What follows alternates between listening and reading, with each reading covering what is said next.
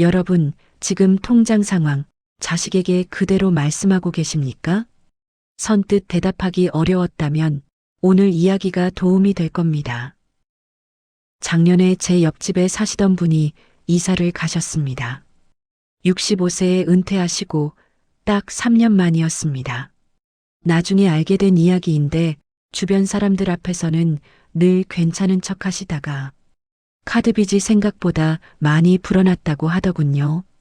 가족에게도 친구에게도 괜찮다, 걱정 말라는 말만 하시다가 결국 혼자 감당하기 어려운 상황이 된 겁니다.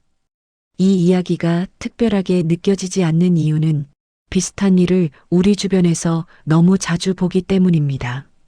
오늘 이 영상은 누군가를 탓하기 위한 이야기가 아닙니다. 우리 세대가 왜 이런 상황에 자주 놓이게 되는지 그 이유를 차분히 함께 들여다보는 시간입니다. 30분만 같이 들어주시면 앞으로의 노후를 조금 더 가볍게 만드는 힌트를 분명히 얻어가실 수 있을 거라 생각합니다.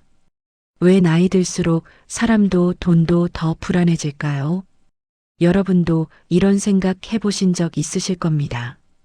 이제 좀 편해질 나이인데 왜 마음은 더 불안하지? 통장 잔고는 조금씩 줄어드는데 써야 할 일은 계속 생기고 연락 오던 친구들은 하나둘 뜸해집니다. 그러다 보면 문득 이런 생각도 듭니다. 이 나이에 친구 하나 없으면 내 인생이 너무 초라한 건 아닐까? 제가 최근에 만난 72세 김병철 어르신 이야기 하나 들려드릴게요. 은퇴 후 5년 동안 매달 친구 모임에 50만 원씩 쓰셨답니다. 연금은 월 180만 원이었는데 말이죠. 왜 그렇게 무리하셨냐고 여쭤봤더니 이렇게 말씀하셨습니다. 내가 돈을 안 내면 사람들이 나를 안 만나줄 것 같았어요. 결국 생활비가 모자라 마이너스 통장까지 쓰게 되셨는데 정작 마음을 터놓고 이야기할 친구는 단 한 명도 남지 않았다고 하셨습니다. 이 이야기를 들으며 한 가지 분명해진 게 있습니다. 우리가 두려워하는 건 혼자 있는 상태 그 자체가 아니라 혼자인 내 모습이 어떻게 보일까 하는 마음이라는 점입니다. 그래서 혼자 밥 먹기보다는 포장을 하고 공원 벤치에 혼자 앉아 있으면 괜히 바쁜 척을 합니다. 이건 나약해서가 아닙니다. 괜찮은 어른으로 살아오려고 애써온 세대의 습관입니다. 문제는 이 마음이 쌓이다 보니 우리의 노후 자금과 마음의 여유를 조금씩 갉아먹고 있다는 점입니다. 한 가지 흥미로운 통계가 있습니다. 60대 이상 개인 파산 신청자 중 상당수가 생활비보다 관계 유지 비용 때문에 빚을 지게 된다는 내용입니다. 이건 사치의 문제가 아닙니다. 체면과 책임감의 문제입니다. 우리 세대는 부모를 모시고 자식을 키우며 항상 내가 먼저 참는 쪽을 선택해 왔습니다.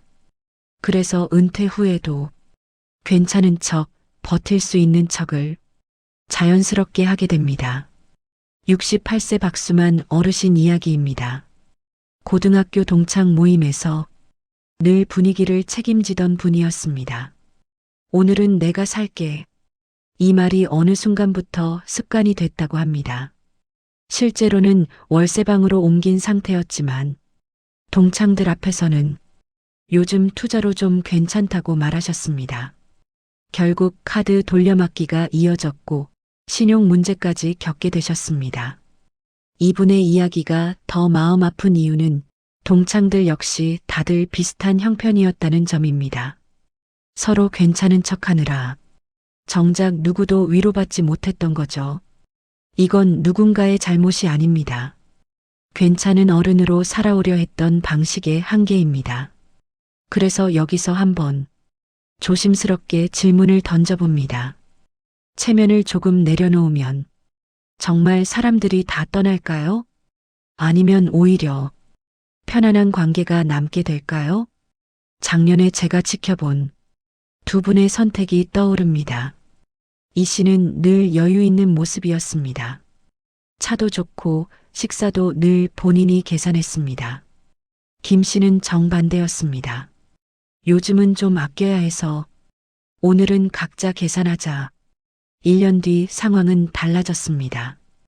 이 씨는 빚이 늘고 사람들과 멀어졌고 김 씨는 오히려 너랑 있으면 편하다는 말을 듣게 됐습니다.